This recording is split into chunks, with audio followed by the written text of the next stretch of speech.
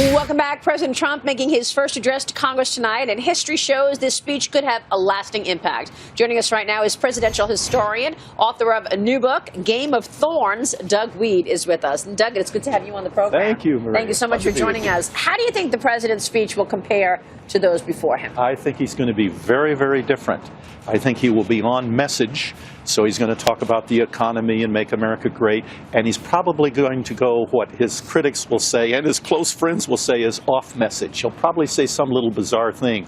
But I've learned in researching Game of Thorns, when he's off message, he's on message. Yeah, there's two messages. One is restore America, make it great again. And the second message is I ain't no politician.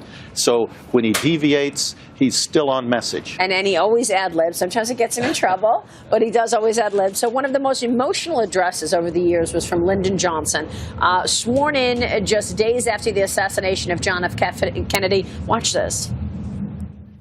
All I have, I would have given gladly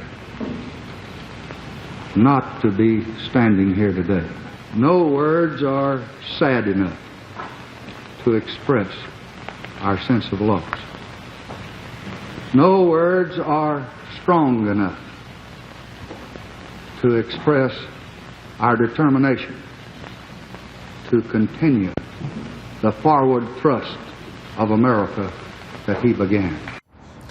Obviously, this was an emotional moment in time, but explain the emotional impact that this had on the country. Yes, this was a very tough time for the country, a hurtful time for the country, and for Lyndon Johnson personally.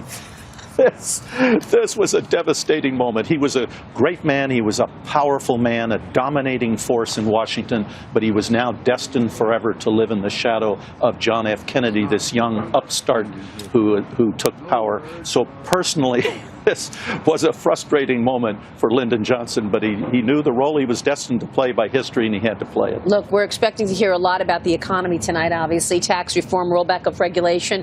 That was something President Reagan brought up during his address. Let's take a look. Almost 8 million Americans are out of work. These are people who want to be productive. The threats of layoff and unemployment hang over other millions, and all who work are frustrated by their inability to keep up with inflation. We must begin now. The people are watching and waiting. They don't demand miracles. They do expect us to act. Let us act together. Act together. Your thoughts? Yes. Reagan gave one of the few joint speeches to the joint sessions where he actually did what he said he was going to do, and I expect Donald Trump to be that kind of president. Most of these speeches, when you study them, they'll give the speech and they do the exact opposite. It's uncanny. But in this case, I think Trump, like Reagan, is going to do what he's telegraphing. That he's going to. Can he balance, guys, this presidential demeanor, but also be Donald Trump? I want him to call out if any of the Democrats heckle him or boo him. I want him to point to them and call them out by name and say, "Who are you booing?" And then call them on their nonsense.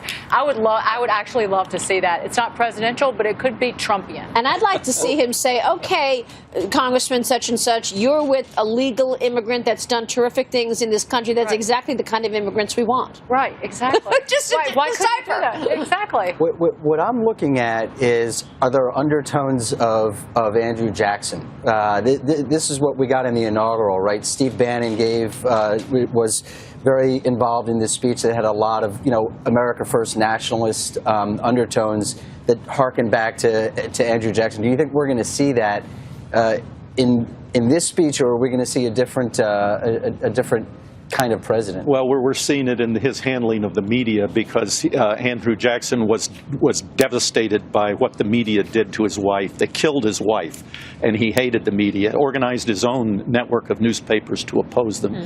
In Game of Thorns, I get into the media problems that Donald Trump has, and it's staggering. The left and the right are opposed to this guy. Much of it has to do about China, and I have to say this. My name is on the book, but the people who really gave the information to me from the book are sources who risked their jobs. They were with Hillary Clinton for 10, 15, 20 years. And there's some people in China who risked their lives to give this information about the Chinese flow of money to the Clintons. So it's a serious issue about the media. It sure is a serious issue, and the book is Game of Thorns, and we expect it's going to be a big seller. Thank you so much, Doug Wead. You. We'll be right back.